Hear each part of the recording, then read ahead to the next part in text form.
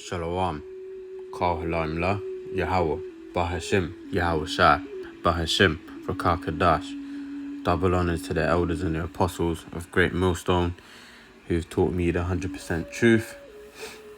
Shalom to the Akim and the Akwaf out there listening, to all the brothers who are doing the work in truth and diligently. Today I'm back at you with another lesson entitled Trust in the Lord. You know, there's a lot of things going on around the world at the moment. And hey, if we didn't have the truth, man, you could only imagine where we would be mentally, you know. So really and truly having understanding of this wisdom, knowledge, having understanding of this wisdom and knowledge is a great thing. It's a blessing, you know. Might as well start off there. Isaiah 33:6.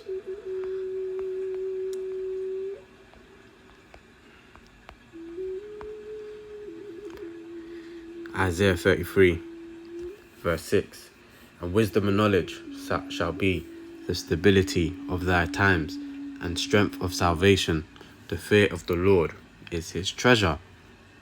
You know, to have this wisdom and knowledge, to understand the things that are going on around the world is a reassuring thing. It provides that stability because we know of the things to come, which is something that the majority of the earth don't know. They're a part of the confusion. Anyways, I wanted to start off this lesson just going into one of these articles that I've seen, which was actually published today. Today is Tuesday the 14th of September, and it reads: India floods, rescuers carry people to safety over raging flood waters in Gujarat. So India is actually one of many places where these floods have been occurring. You know, off the top of my head, there's been floods in Greece, I believe in Turkey, or Turkey had the wildfires. We even had some here in London, UK. There was some in New York. You know, so various places around the world. I'm pretty sure that there's a few that I haven't even mentioned. You know, so this happening in India really is just one of the many occurrences. And, you know, now more than ever, it seems to be on a regular basis. It seems to be somewhat normal, you know. But the power behind all the calamity is Yahweh Ba'ashem Yahweh Shai. You know, these other nations and the 2/3, they're going to fear Yahweh Ba'ashem Yahweh Shai one way or the other, you know. So let's watch this video here.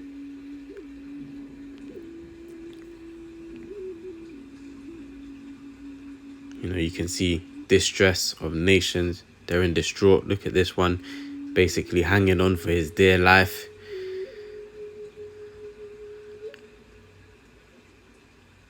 It's a fearful thing to fall into the hands of the Lord. And all these things that are happening, yes, this is all prophecy, as we'll bring out. So if we go to the book of Luke,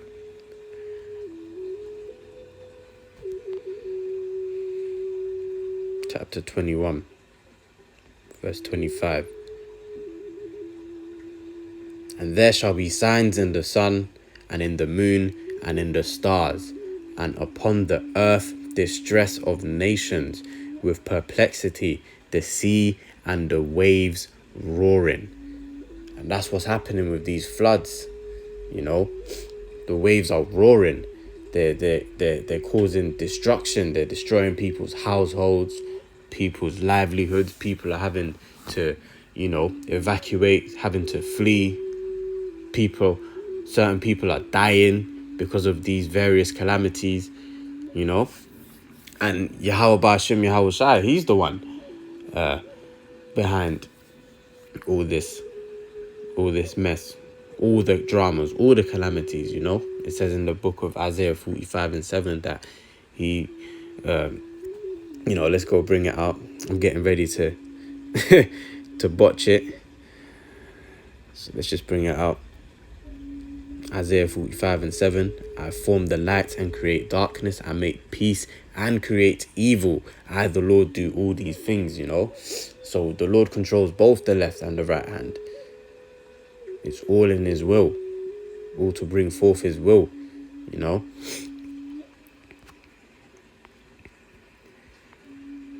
I wanted to go into this other article here as well, entitled, Is China about to invade Taiwan? You know, there's many things happening. If it's not about the jab, then it's about floods. If it's not about the floods, then it's about war. If it's not about the war, it's about potential famines. You know, there's a lot of things happening at once, you know. I'm just going to skip through some of this article. There was something here that caught my eye. This bit here, this paragraph. It's not just China's reputation that would be put in danger if they was to, invade Taiwan. It says, the US might give military support to Taiwan in the event of a Chinese invasion. In a statement made in August, President Biden appeared to commit the US to defending Taiwan. This was a departure from America's long-standing policy of strategic ambiguity towards Taiwan. Analysis said Biden misspoke. But after the humiliation in Afghanistan, he might decide that he has to act much tougher on China. So because, Biden completely messed up in Afghanistan, even though this is how it's meant to play out, then he might feel that, hey, well, I need to prove my worth and prove what I can do. So therefore, I'm going to act much tougher on China, which, ultimately would be biblical prophecy, because these things would lead to the end goal, World War III, Yahweh Shaphat, which is, Yahweh's judgment.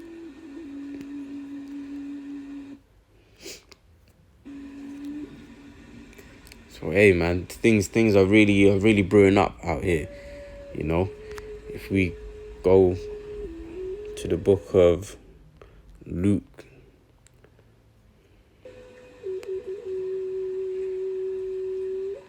again, but this time, verse 10. Then said he unto them, nation shall rise against nation, and kingdom against kingdom. And that's exactly what's happening. That's exactly what's going on here. Nation rising against nation, kingdom against kingdom. So things are really brewing up, But we just have to trust in the Lord that we don't get caught up in the midst of these things, That we seek his face and we do the things to make our calling and election sure. That's what we have to do and endure until the time of salvation comes. Let's go to the book of Isaiah.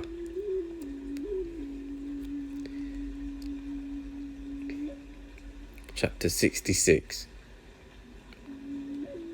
verse 15. For behold, the Lord will come with fire, and with his chariots like a whirlwind, to render his anger with fury, and his rebuke with flames of fire. For by fire and by his sword will the Lord plead with all flesh. And when it says plead, it don't mean the Lord begging, bowing down to Esau, Edom. Oh, please let my people go.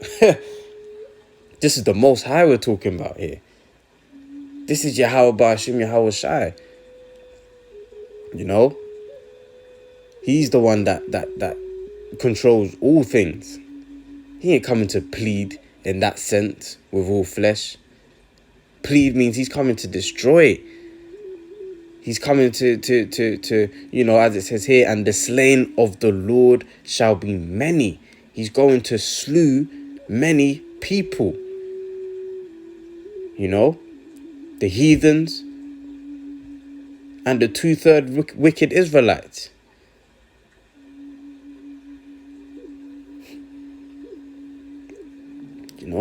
We're literally in the midst of Jacob's trouble. Things are really brewing up. But these things have to happen before the ultimate great day of the Lord. Let's bring out the Jacob's trouble here in Jeremiah 30, chapter 7. Alas, for that day is great, so that none is like it. It is even the time of Jacob's trouble, but he shall be saved of it. And as I said, we're pretty much in the midst of it now. Esau, Edom, he's about to come down hard on the Israelites, the Negroes, Latinos, and Native Americans. He's about to come down hard. And the Israelites are going to realize that they've been the targets all along. We're heading into the time of Jacob's trouble. And if we go into, let's break down this word this word day. Jeremiah 30 and 7. Strong's H3117. Yom. Yom. So that's the pronunciation in the Hebrew. Excuse me.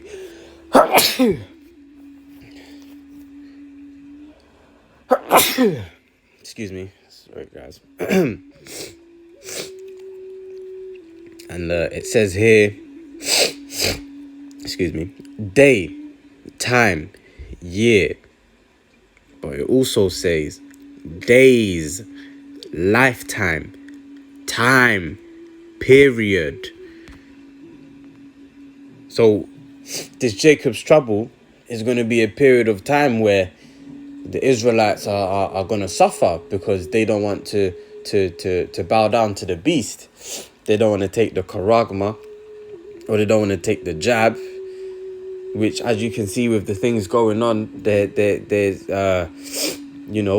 consequences for if you don't. You might be locked out of society. You might lose your job. So the Israelites, they're going to wake up to see that the adversity, Esau, Edom is waging war against them. And they have been all along.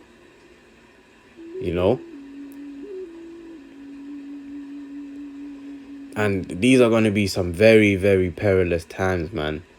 Going to be some very perilous times. And I tell you what, in those times, the pride of the women, that's going to come to an end. That's going to come to a halt, because in the times that we're heading into, you're going to need a man of the Lord to protect you, to save you. For 7 women shall take hold of one man in that day. Isaiah 4:1. And in that day 7 women shall take hold of one man, saying, we will eat our own bread and wear our own apparel. Only let us be called by thy name to take away our reproach. Because they want to be saved from the destruction. Because we're heading into like Purge-like times, if you've ever watched the movie Purge, where they're sparing none. And these women are going to realize that they need a man, specifically a man of the Lord, to survive the calamities, Because even men's hearts will be failing them. Men will be filled with fear. So if men are filled with fear, how much more the women?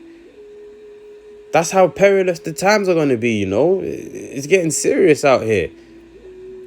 Things are really brewing up.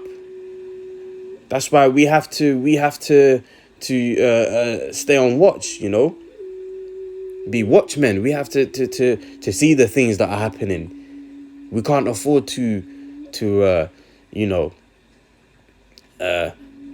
take one look away. We have to constantly be watching for these signs and the prophecies, you know. Isaiah 32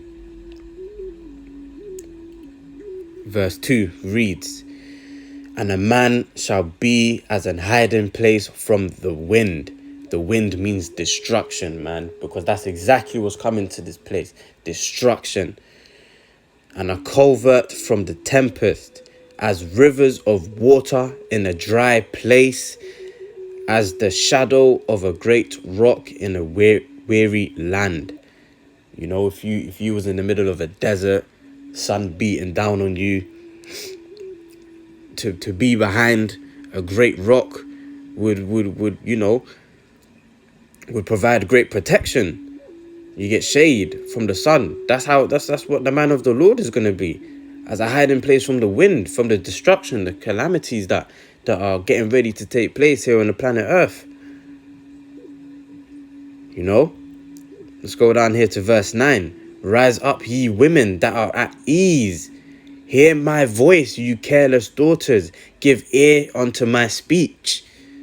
You know, get out of that pride, that I don't need a man, Miss Independent, do it all on my own, self-made. No. You women need to be under subjection to the man of the Lord in order to survive the times that we're about to go into, you know?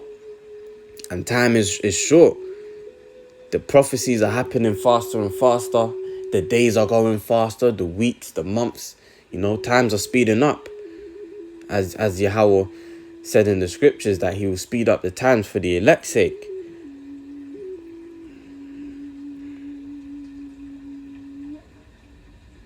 Let's go to the book of 2 Peter 3, chapter 10. "But the day of the Lord will come as a thief in the night, in the which the heavens shall pass away with a great noise, and the elements shall melt with fervent heat. The earth also and the works that are therein shall be burned up." Say, we ain't got much time, man. You either get right or get left. That's what it's coming to now. It says the day of the Lord will come as a thief in the night, but not for those who are watching. You know, those who are being the watchman on the towers, being occupied in prophecies and dark sayings, and trying to equate the scriptures to real life events, things that are going on in the news and around the world. You know, but it's going to come as a thief in the night for those who are in the world, who are worried about the new Jordans, getting the new watch, new car, clothes, you know, Halloween, all of that sort of stuff. But hey, you need to understand that Yahweh Bahashem, Yahweh Shai, he's patient, he's long suffering, you know. Like right now, we are in our grace period. This is our grace period now. So we need to make the most of this grace period whilst we can, because once you know, the elect are sealed, that's it, you know. Things are going to be happening real fast from then. Karagma is going to be made mandatory. World War III is going to be on the rise. And next thing you know, all hell breaks loose, and that's it. You don't want to be caught up in the destruction of the wicked, you know. But the Lord has mercy on us. He's given us this grace period for us to give us time to get right with him, to understand these things, and to you know, to lean back on Yahweh Ba'ashem, Yahweh Shai, and to believe in his name. You know, if we go up here to verse 9, 2 Peter chapter 3, verse 9, "The Lord is not slack concerning his promise, as some men count slackness, but is long suffering to usward, not willing that any should perish, but that all should come to repentance. The ones that he has ordained before the earth was created to come to repentance. Because ultimately this is his story, history, his story, you know. This was all written according to the Lord's will. We are about to come out of this captivity that we've been in, that we've served. You know, we are about to become rulers of the earth and rule it in righteousness. You know, you have to believe that the Lord is for us and is not against us. You know, if we go over here to the book of Jeremiah, chapter 51, verse 25, and it reads, "Behold, I am against thee, O destroying mountain," which is talking about, you know, when it says mountain, it's talking about government. And, you know, it's talking about the wicked rulers of the earth. You know, as it says in Job 9:24, that the earth is given into the hands of the wicked. "Behold, I am against thee, O destroying mountain, saith the Lord, which destroyeth all the earth." Which you can, you know, if you go into the history of Esau, Edom, you know, from times when there was the Romans till now, which is basically ancient Roman revived. If you look into their customs and, you know, compare to how they ruled their society during the times of Rome back then, and compare it to now, you realize that really it is ancient Rome revived. And all abominations of the earth, really and truly, as it is written in the scriptures.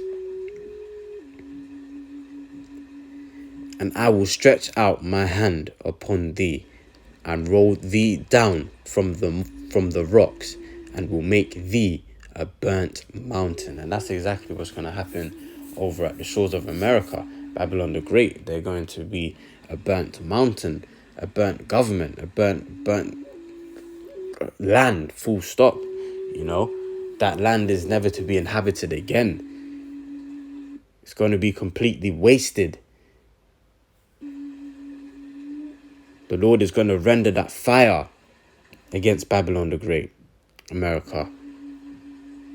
You know, for all its abominations.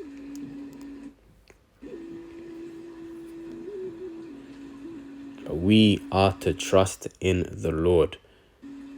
You know, throughout all the things that we may have to go through, losing our jobs, or, you know, rumors or looming news of a famine coming up, mandate, the times of war, Jacob's trouble. Throughout all these things, we have to trust in the Lord and endure until the end. You know, let's go here to Psalms 91, verse 5. "Thou shalt not be afraid for the terror by night, nor the arrow that flieth by day, nor the pestilence that walketh in darkness, nor for the destruction that wasteth at noonday. 1,000 shall fall at thy side, and 10,000 at thy right hand, but it shall not come nigh thee. Only with thine eyes shalt thou behold and see the reward of the wicked." Which is the position we want to be in, you know, the hopeful elect. That we shall behold and see the reward of the wicked. Ultimately, when, you know, we're beamed up into them chariots, and you know, we are watching the destruction of this wicked kingdom from up above, from in the chariots, you know, that's where we want to be. We have to trust in the Lord. You know, we can't be lukewarm in this faith. We have to trust in the Lord wholeheartedly and believe the things he has written and believe that he is the one and only true power there, and that he saves. And Lord willing, we shall be saved, you know. I'm just going to finish off here in Sirach, or Ecclesiasticus 2, verse 10. Oops.